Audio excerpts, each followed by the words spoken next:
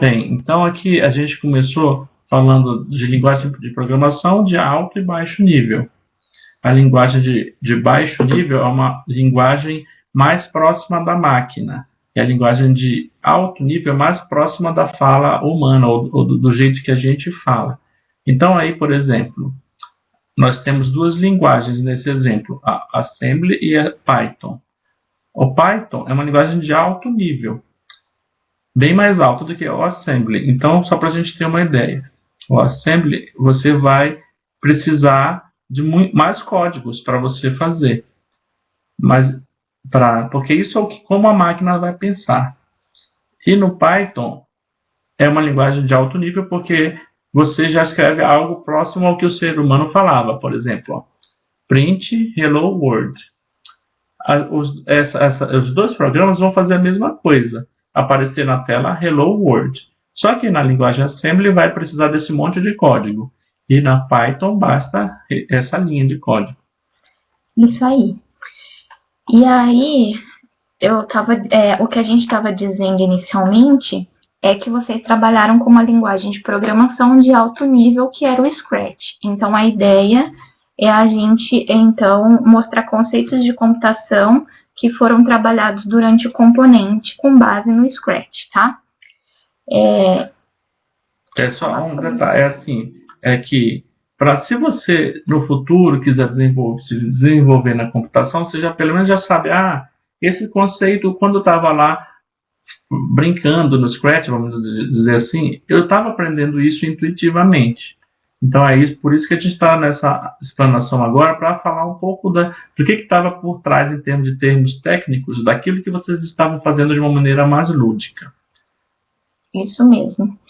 E aí a gente comentou então que existem os algoritmos, né, que é uma sequência de passos para se resolver um problema, que diariamente vocês trabalham com algoritmos, então assim, ao ler uma receita de bolo, ou ao ir de um lugar para o outro, ou fazer alguma atividade, então vocês acabam, sem pensar nisso o tempo todo, vocês acabam executando o algoritmo, e que vocês também fizeram algoritmos durante esse componente, porque vocês tiveram que ter ali uma sequência de passos para executar um programa, certo? Então, depois vocês conseguiam dizer que o gatinho ia se movimentar, que um ator ia para frente, que ele ia cantar, que ele ia voltar. Isso tudo é uma sequência de passos que a gente chama de algoritmo na programação. E eu estava falando sobre as estruturas sequenciais, que os algoritmos eles são lidos pelos compiladores, que são os programas que executam a linguagem, né, que executam o algoritmo e interpretam a linguagem de programação. Eles são lidos linha a linha, da esquerda para a direita e de cima para baixo, como a gente faz uma leitura de um texto. Da maneira mais comum, certo? Então, quando esse algoritmo ele não tem nenhum outro passo no meio do caminho, ele vai de cima a baixo direto, a gente chama de estrutura sequencial. Aqui eu deixei um exemplo bem simples de estrutura sequencial no Scratch. Então, aqui o primeiro bloco, quando a pessoa clica na bandeirinha verde, vai tocar o som do gatinho e ele vai se movimentar 10 passos. Isso tudo é sequencial, não tem nada, nenhuma condição, ele vai de cima a baixo e vai acontecer exatamente do jeito que está a estrutura, tá? Deixa eu aproveitar esse exemplo que você pôs, Camila, e falar uma coisa que alguns alunos tiveram dúvida. Ó. Tá vendo esse comando? Ó, tocar o som miau até o final. Qual é a diferença de só tocar o som miau? A diferença é que aqui, para passar para a próxima parte da sequência, ele vai esperar terminar isso daqui, ó. Tocar o som miau até o final. Quer dizer que, ó, começou a tocar o miau, ó. Miau. Depois que terminou de falar au, aí que ele vai mover 10 passos. Se fosse o outro comando, tocar o som miau, ele imediatamente já ia mover o 10 passos. Então, tocar o som miau, ele miau já movia ao mesmo tempo. Tá? Por que é ao mesmo tempo? Não é que é ao mesmo tempo, é que é tão rápido um depois do que o outro que a gente acha que é ao mesmo tempo. Mas não é ao mesmo tempo, é sequencialmente. Só que é muito rápido essa sequência. Lembrando que daqui para cá é muito milésimo de segundo é o espaço de tempo entre uma e outra. Tá? Isso aí. E aí a gente tem também as estruturas condicionais, né? Foi aqui que eu parei de falar aquela hora. Então, os algoritmos, eles possuem uma estrutura, eles podem possuir uma estrutura de decisão, né? Que são chamados condicionais ou de seleção. Então, nesse caso, nós temos duas ou mais opções lógicas de escolha. Então, ele pode seguir dois caminhos ou mais. Então, caso uma condição ela é verdadeira, então o comando é executado. Caso aquela condição seja falsa, outro comando é executado ou ele vai diretamente para o fim. A gente tem, em linguagem de programação, o mais conhecido é o if then else, e a gente também tem o switch case, os dois são estruturas condicionais, que no Scratch a gente pode trabalhar com os dois, tem as duas opções. E aqui eu coloquei um exemplo do if e then e do if then else, que são os mais utilizados também na computação, tá? Então, aqui a gente tem exemplos de estruturas condicionais simples. Então, tem o if then e o outro que tem o else. O que significa? Se a condição dentro do quadradinho ela for verdadeira, ele vai executar o primeiro comando, certo? Se vocês quiserem colocar um senão, tipo, se ela não for verdadeira, ela for falsa, ele pode executar um segundo comando. Então, vocês podem usar tanto uma condição simples quanto uma condição composta. Coloquei aqui um exemplo no Scratch das duas opções, tá? Então, aqui no primeiro, ele vai ter, quando ele clicar na bandeirinha, né? O gatinho vai falar hello por 5 segundos. Se a pessoa tocar no botãozinho do mouse, então ele vai começar o som do gatinho. E só. Ele vai finalizar o programa. É isso que ele vai fazer, tá?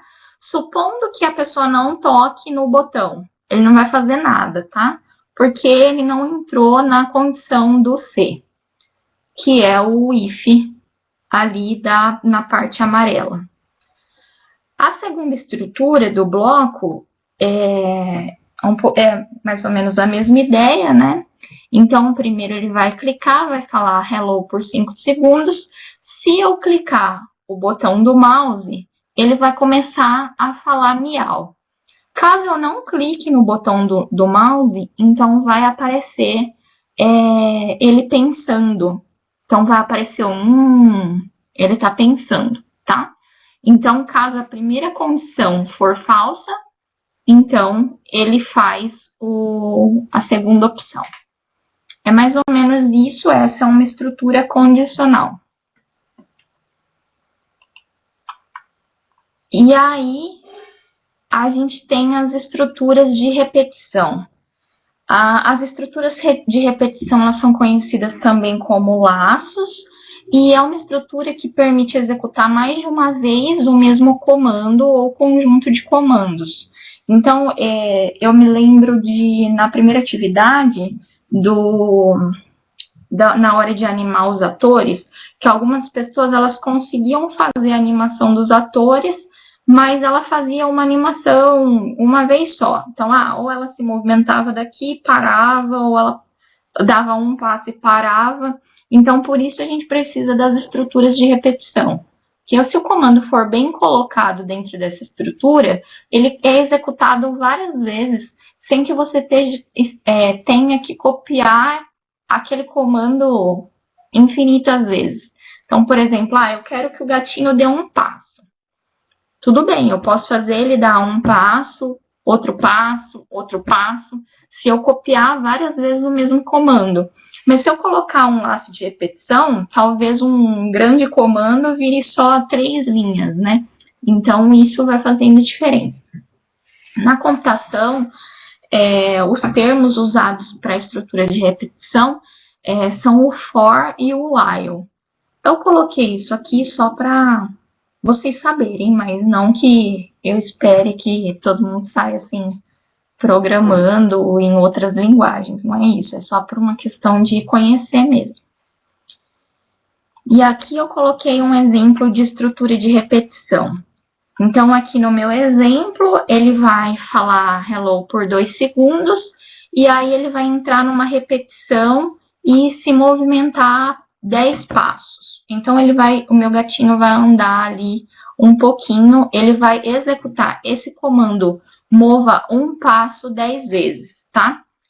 Esse 10 que fica bem na frente do repeat, que é a repetição, ele é chamado de contador. Esse contador ele é importante. Por quê? Porque é ele que vai brecar o nosso comando que vem dentro, né? Então, se eu não tiver repita 10 vezes, ele vai ficar repetindo aquilo infinitamente.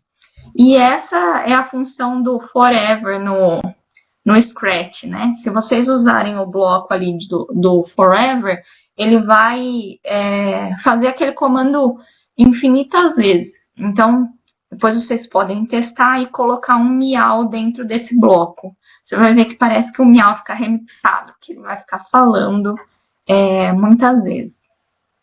E aí, a gente pode colocar também para repetir até que alguma coisa aconteça, né?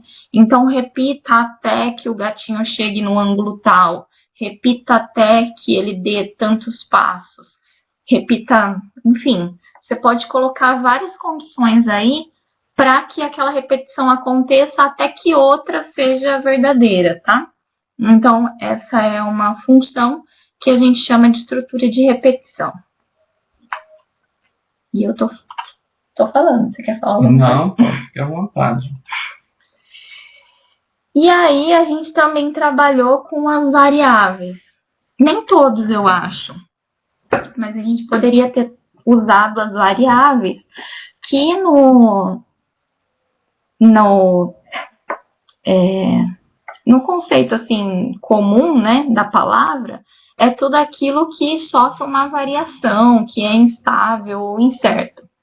Na computação, o conceito de variável ele é um pouco abstrato, porque, na verdade, ele é uma região da memória do computador, e aí ele tem a finalidade de armazenar os dados ou informações de um programa dentro de um determinado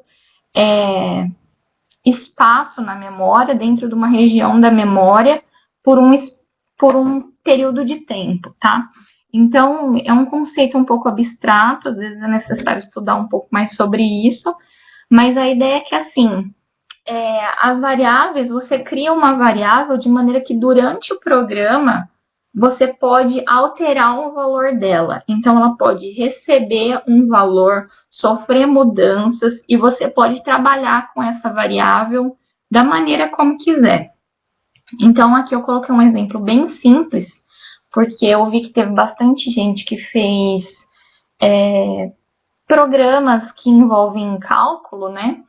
Então, aqui, por exemplo, eu fiz utilizando duas variáveis, uma variável chamada num1, que seria o número 1, e num2, que seria o número 2.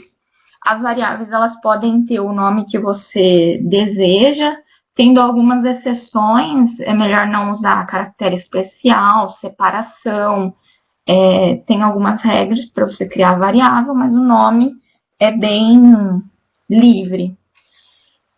Então, aqui nesse programa, vai ter uma pergunta para a pessoa digitar um número, e aí ele vai pegar a variável no 1, que nesse caso ela começa valendo 0, e ela vai mudar esse valor para a resposta que a pessoa deu anteriormente. Então, por exemplo, se ela começou valendo 0, aí tem lá, digite um número. A pessoa vai lá e digita o número 10.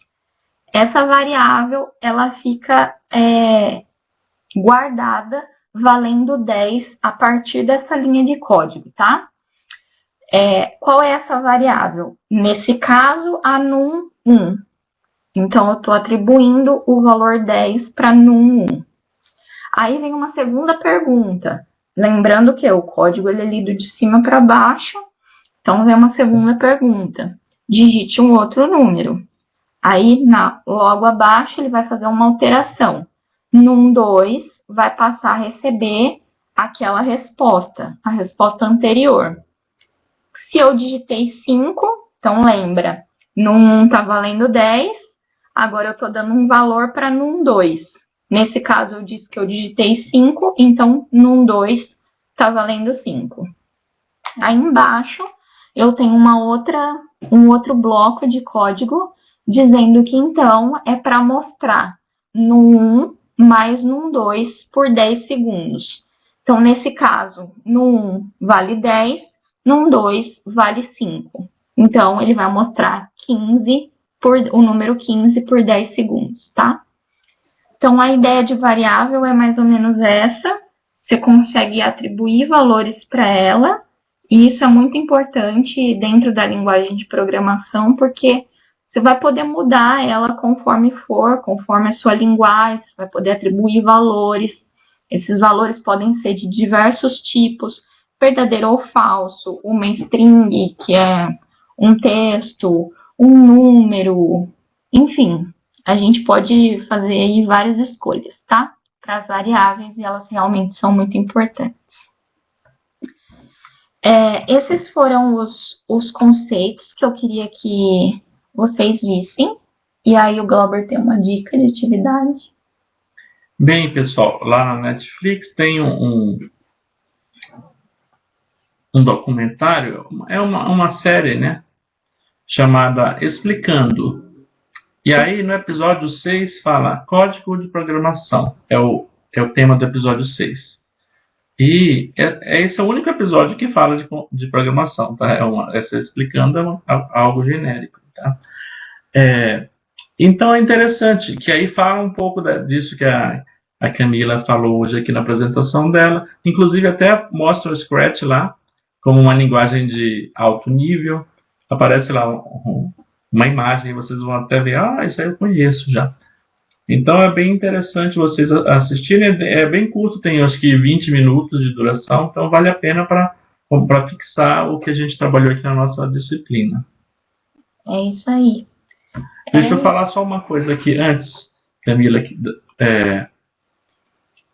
baseado aqui nessas variáveis, porque eu vi que alguns alunos fizeram um trabalho mas faltou algum acabamento. Por quê? Dá trabalho, né, pessoal, fazer, vocês já sabem, né, fazer um programa de computador completo.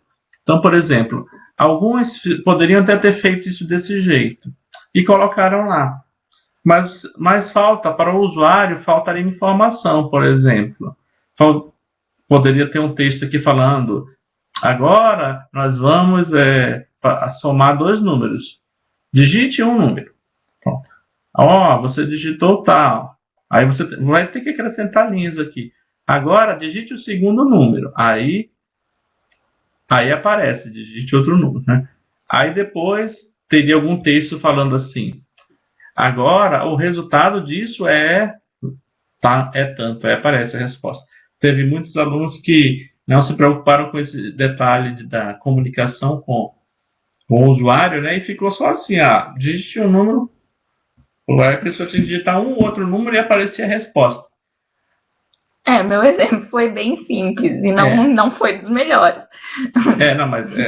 Eu só estou explicando que alguns fizeram só isso e às vezes não dá nem para entender o que era para fazer.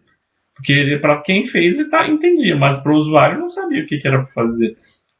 Eu acho que vale também para aquelas instruções, né, do próprio Scratch que vocês adicionam, as instruções. Às vezes algumas pessoas falavam lá no fórum, você tem que apertar o espaço e M. Aí eu ia lá no Scratch e realmente funcionava se eu apertasse espaço, por exemplo. Mas a instrução, ela não estava ali. Então, nem todo mundo ia ter acesso ao fórum. Então, é muito importante que essas instruções elas fiquem disponíveis lá, tá? Quando é que é o seu tempo? Eu tenho outra às 7 horas. Ah, tá. Então, pessoal, então nós estamos dentro do nosso tempo. Faltou falar isso, né? Então, essa parte de comparar com o que vocês fizeram na prática com alguns conceitos de computação. E a gente espera que vocês continuem se desenvolvendo o Scratch também na computação, fazendo outros cursos, outras explorações na internet. Tem muita coisa também que dá para aprender. Tentar, errou, tenta de novo. Eu acho que a ideia do bloco ela é essa, né? Dá até aquela vontade de dar certo, ver se encaixa um código no outro. Então, eu acho que isso é bem legal. Tem que ir tentando mesmo. Eu agradeço muito a todos, né? Eu espero que vocês tenham gostado. Um abraço para vocês. Tchau, tchau.